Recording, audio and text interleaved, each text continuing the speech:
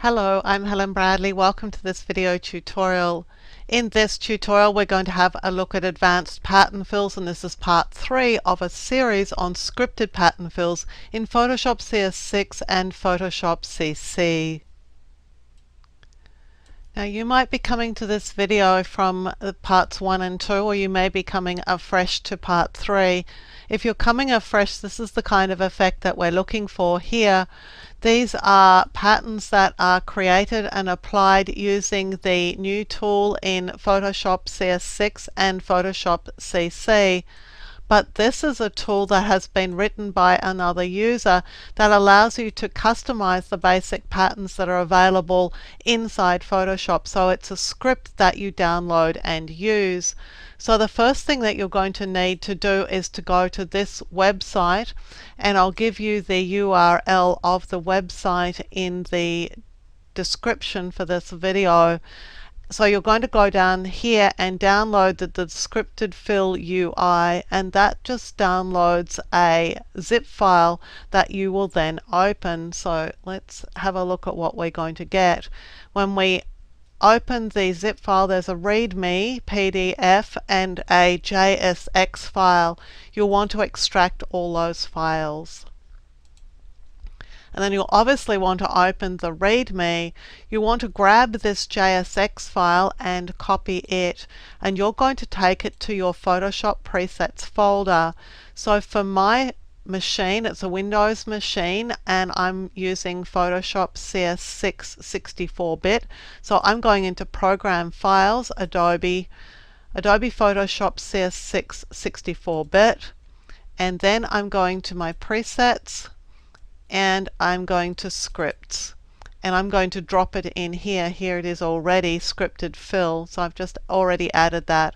This is all that this tool needs, is just one script, and then you can open and read the PDF file. I'm just going to show that to you briefly.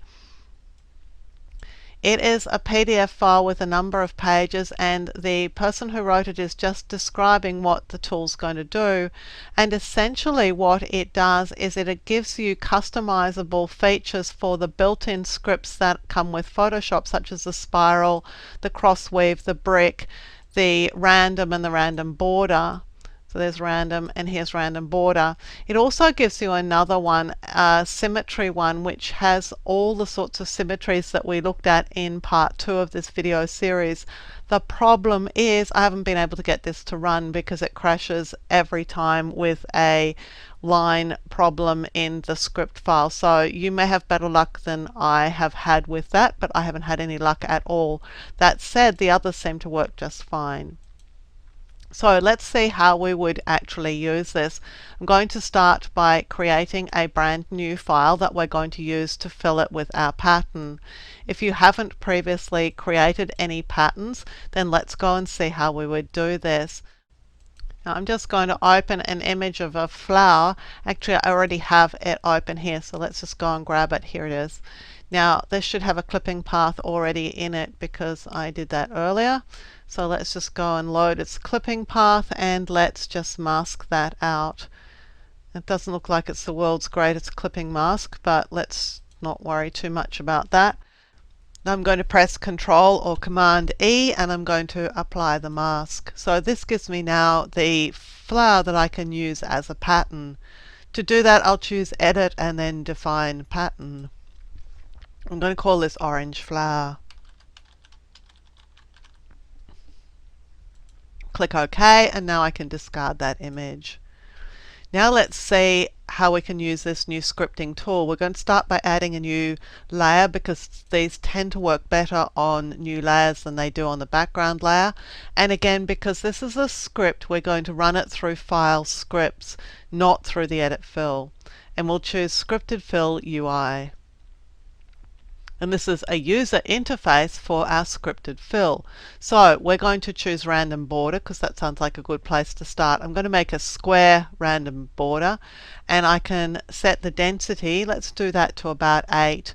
I can use a calculated density or an exact number, and I can scale the flowers. So the last time I used this, I didn't scale the flowers at all, so they're actually the fixed size, and I didn't use any rotation, but let's just randomly rotate these. And then I can set color and brightness. Now I set color jitter to 0 so that they wouldn't be differently colored, but we can do something with them. So let's do let's do 0.25 because that's a small jitter, and let's do a small brightness jitter of 0.15. We can also set the number of passes that we want, so let's do 2 passes, and we'll do a starting seed, and we're going to add a new layer for each pass. So this will give us 2 borders all at once. And there are other tools that you can use here. Essentially what this is doing is putting a user interface on top of the existing feature so that you can get more out of it. So I'm going to click OK. And then we just get this fill dialog. Now the only thing you need to do at this point is go and get your pattern. So we're going to get our pattern, which is the last one in the dialog here, and we don't do anything else. Do not change this. It's supposed to be temp fill script. It's there for a good reason. And so I'll click OK.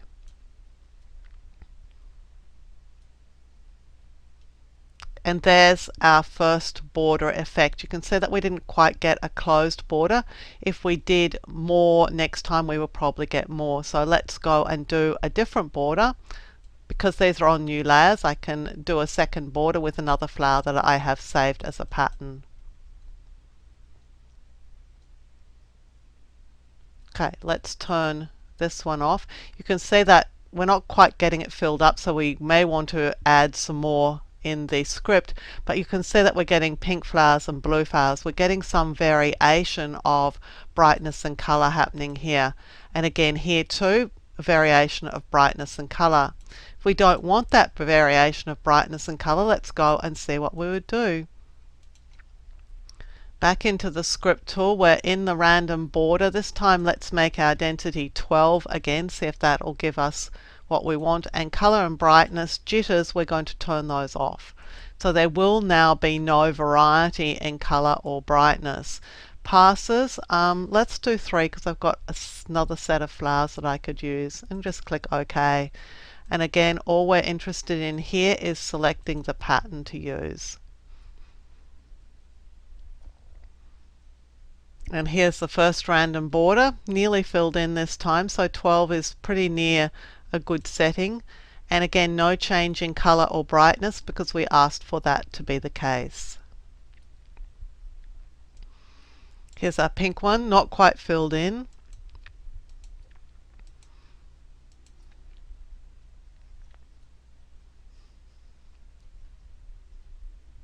And here's our blue one. Again, the blue one's filled a little bit better. The pink one, not quite. The orange one, not quite. But as you can see, we've got a lot of flexibility, and we can go back and adjust these at any time. All we need to do is to run this script again, and we can increase the density so that we have a better density, for example. We can also use other tools, so we could adjust the spiral, for example.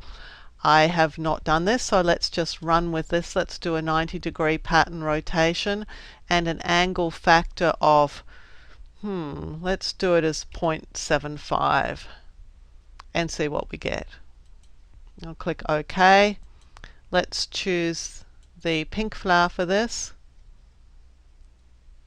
And we're going to do 3, so we can do 3 different flowers.